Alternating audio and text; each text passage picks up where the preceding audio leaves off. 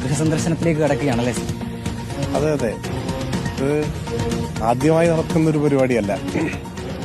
CPIM-നെ സംബന്ധിച്ചിടത്തോളം ജനങ്ങളിൽ നിന്നും പഠിക്കുക, ജനങ്ങളെ കേൾക്കുക, ജനങ്ങൾക്കിടയിൽ പ്രവർത്തിക്കുക, അത് ഒരു പുതുമയുള്ള കാര്യമേ അല്ല. അപ്പോൾ വിവിധ സന്ദർഭങ്ങളിലായി സംസ്ഥാനത്തൊട്ടാകെ ഇങ്ങനെ ഭവന സന്ദർശന പരിപാടികൾ CPIM നടത്താറുണ്ട്. പലപ്പോഴും നമ്മുടെ നാട്ടിൽ കാണാറുള്ളത് തെരഞ്ഞെടുപ്പ് കാലത്ത് വോട്ട് ചോദിക്കാനും മറ്റുമാണ് രാഷ്ട്രീയ പാർട്ടികൾ വീടുകൾ സന്ദർശിക്കാറുള്ളത്. എന്നാൽ ജനങ്ങളുമായുള്ള ബന്ധവും ഭവന സന്ദർശനവും CPIM-നെ സംബന്ധിച്ചിടത്തോളം ഒരു തെരഞ്ഞെടുപ്പ് കാര്യമോ വോട്ട് ചോദിക്കലോ മാത്രമല്ല, അതൊരു നിരന്തരമായി CPIM അനുവർത്തിച്ചു വരുന്ന ഒരു പാർട്ടി രീതിയാണ്, പരിപാടിയാണ്. അപ്പോൾ ഇപ്പോൾ അതിന്റെ ഭാഗമായി ജനങ്ങളെ കാണുന്നു, വീടുകൾ സന്ദർശിക്കുന്നു, അവർക്ക് പറയാനുള്ള കാര്യങ്ങൾ കേൾക്കുന്നു. അതാണ് നമ്മൾ ഈ കൃത്യമായ കാര്യങ്ങൾ ജനങ്ങളിലേക്ക് എത്തിക്കാൻ കഴിഞ്ഞില്ല എന്നുള്ളൊരു തോന്നൽ CPIM-നുണ്ട്. അതുകൊണ്ടാണ് ഈ തദ്ദേശ തെരഞ്ഞെടുപ്പിൽ ഒരു തിരിച്ചടി നേരിട്ടത്. ഇനി അതിനെ മറികടക്കുക എന്നുള്ളൊരു ലക്ഷ്യം കൂടി ഈ ഗൃഹസന്ദർശനത്തിന് പുറകിലുണ്ടോ? അത് ചുരുക്കി കാണലാണ്. അങ്ങനെയല്ല ഞങ്ങൾ അതിനെ കാണുന്നത്. ഇപ്പം നാട്ടിൽ വലിയ മാറ്റങ്ങൾ ഉണ്ടായിട്ടുണ്ട്.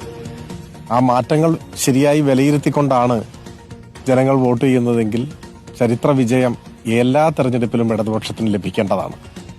ഇപ്പോൾ എല്ലാവർക്കും മനസ്സിലാവും, കേരളത്തിൽ ഇപ്പോൾ പവർ കട്ടില്ല, ലോഡ് ഷെഡിംഗ് ഇല്ല, നമ്മുടെ ആശുപത്രികൾ മെച്ചപ്പെട്ടു, പള്ളിക്കൂടങ്ങൾ ലോക നിലവാരത്തിലായി, ശിശുമരണ നിരക്കിൽ കേരളം അമേരിക്കയെ പുറകിലാക്കി, വൻകിട വികസന പദ്ധതികൾ, ദേശീയപാതയും മലയോര ഹൈവേയും തീരദേശ ഹൈവേയും KFOണും വിഴിഞ്ഞം പോർട്ടും, ഇങ്ങനെ എന്നു വേണ്ട 4.25 ലക്ഷം വീടില്ലാത്ത മനുഷ്യർക്ക് കേരളത്തിൽ വീട് കിട്ടി. ഒരു 20 ലക്ഷത്തോളം മനുഷ്യർ സ്വന്തം വീടെന്ന സ്വപ്നം യാഥാർത്ഥ്യമായി അവർക്ക്. ഇതൊക്കെ ഈ കാലത്ത് വന്ന മാറ്റമാണ്. അപ്പോൾ ഇത്തരം കാര്യങ്ങൾ ജനങ്ങൾ ചർച്ച ചെയ്താൽ ഇടതുപക്ഷം കേരളത്തിൽ ഏറ്റവും ശക്തമായി മുൻപോട്ട് പോകണമെന്ന നിഗമനത്തിലേ എത്തൂ. എന്നാൽ തെരഞ്ഞെടുപ്പ് അടുത്തു വരുന്ന സന്ദർഭങ്ങളിൽ പലപ്പോഴും വികസന കാര്യങ്ങളും ജനങ്ങളുടെ ക്ഷേമകാര്യങ്ങളും ചർച്ച ചെയ്യാതിരിക്കാൻ തൽപര ശക്തികൾ ശ്രമിക്കും. ചില മാധ്യമങ്ങൾ അതിനെ സഹായിക്കും. അപ്പോൾ ഞങ്ങളുടെ എതിർക്കുന്നവർ ഈ കഴിഞ്ഞ തെരഞ്ഞെടുപ്പിൽ ഇത്തരത്തിൽ നാടിന്റെ വികസനവും ജനങ്ങളുടെ ക്ഷേമവും ചർച്ച ചെയ്യാതിരിക്കാനാണ് ശ്രമിച്ചത്. അത് കുറേയൊക്കെ അവർക്ക് ആ കാര്യത്തിൽ മുന്നോട്ട് പോകാൻ കഴിഞ്ഞിട്ടുണ്ടാവാം. ഞങ്ങൾ ആഗ്രഹിക്കുന്നത് തെരഞ്ഞെടുപ്പിൽ ജയിച്ചാലും തോറ്റാലും നാടിന്റെ വികസനവും ജനങ്ങളുടെ ക്ഷേമവും ചർച്ച ചെയ്യപ്പെടണം എന്നാണ്. അപ്പോൾ അത്തരം കാര്യങ്ങൾ ജനങ്ങളെ ബോധ്യപ്പെടുത്തും, അവരിൽ നിന്ന് അഭിപ്രായങ്ങൾ തേടുകയും ചെയ്യും. ഇപ്പൊ എങ്ങനെ ഇതിന്റെ ഒരു രീതി എന്നുള്ളതൊന്ന് ചോദിക്കുകയാണ്. അതായത് വീട്ടിലേക്ക് കയറി അവരോട് സംസാരിക്കുക, കാര്യങ്ങളൊക്കെ പറയാതെ തന്നെയാണോ അതിന്റെ ഒരു രീതി? ഇത് എനിക്ക് തോന്നുന്നു നിങ്ങൾക്കിത് അത്രയ്ക്ക് പരിചയമില്ലാത്തതുകൊണ്ടൊക്കെ ഉണ്ടായിരിക്കും. ഞങ്ങള് ഇവിടെ ഉള്ള പാർട്ടി പ്രവർത്തകരും നേതാക്കന്മാരുമാണ് ഇവിടെ ഉള്ളത്. അവർക്ക് ഈ വീടുകളെല്ലാം സുപരിചിതമാണ്. ഞങ്ങൾ വീടുകൾ ചെല്ലുന്നു, അവർക്ക് പറയാനുള്ള കാര്യങ്ങൾ കേൾക്കുന്നതിനാണ് ഞങ്ങൾ മുൻഗണന കൊടുക്കുന്നത്. ഞങ്ങൾക്ക് പറയാനുള്ളത് അവരോട് പറയുക എന്നുള്ളത് സ്വാഭാവികമായിട്ട് ഇപ്പോഴും സംഭവിക്കുന്ന കാര്യമാണ്. പക്ഷെ അവർക്ക് പറയാനുള്ളത് കേൾക്കുന്നതും പ്രധാനമാണ്. അതിനാണ് ഞങ്ങൾ മുൻഗണന കൊടുക്കുന്നത്. അത്രയും ഒരുപാട് വിഷയങ്ങൾ ഇപ്പോഴുണ്ട്. ഈ സ്വർണ്ണക്കൊള്ള ഉൾപ്പെടെയുള്ള വിഷയങ്ങൾ സജീവമായി ചർച്ചയായി നിൽക്കുന്നുണ്ട്. അപ്പൊ അതിൽ നിന്നുകൂടി ആൾക്കാർക്ക് എന്താണ് പറയാനുള്ളത് കേൾക്കുക? അല്ല, ജനങ്ങൾക്ക് പറയാനുള്ളത് എന്തും കേൾക്കാൻ നമ്മൾ ബാധ്യസ്ഥരാണ്.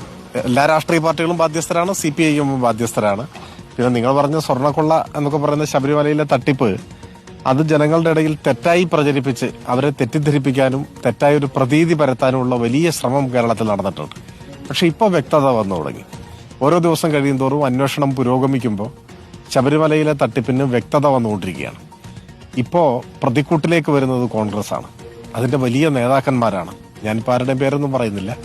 പക്ഷെ ദിവസം കഴിയുന്തോറും ശബരിമലയിലെ തട്ടിപ്പിന് കൂടുതൽ വ്യക്തത വരികയും പ്രതിസ്ഥാനത്തേക്ക് കോൺഗ്രസിന്റെ തന്നെ നേതാക്കന്മാർ വരികയും ചെയ്യുന്ന സാഹചര്യമാണുള്ളത്. അന്നും ഇന്നും CPIM പറഞ്ഞിട്ടുള്ള കാര്യം, നിയമാനുസൃതം അന്വേഷണം നടക്കണം, കുറ്റമറ്റ അന്വേഷണം നടക്കണം, തെറ്റ് ചെയ്തവരെല്ലാം നിയമാനുസൃത നടപടികൾക്ക് വിധേയരാകണം, ഒരാളെയും രക്ഷിക്കില്ല എന്നാണ് പറഞ്ഞത്. ഇപ്പോഴും അതേ നിലപാടാണ്. ആ നിലപാടാണ് ഇപ്പോൾ ശരി എന്ന് തെളിയിക്കപ്പെടുന്നത്.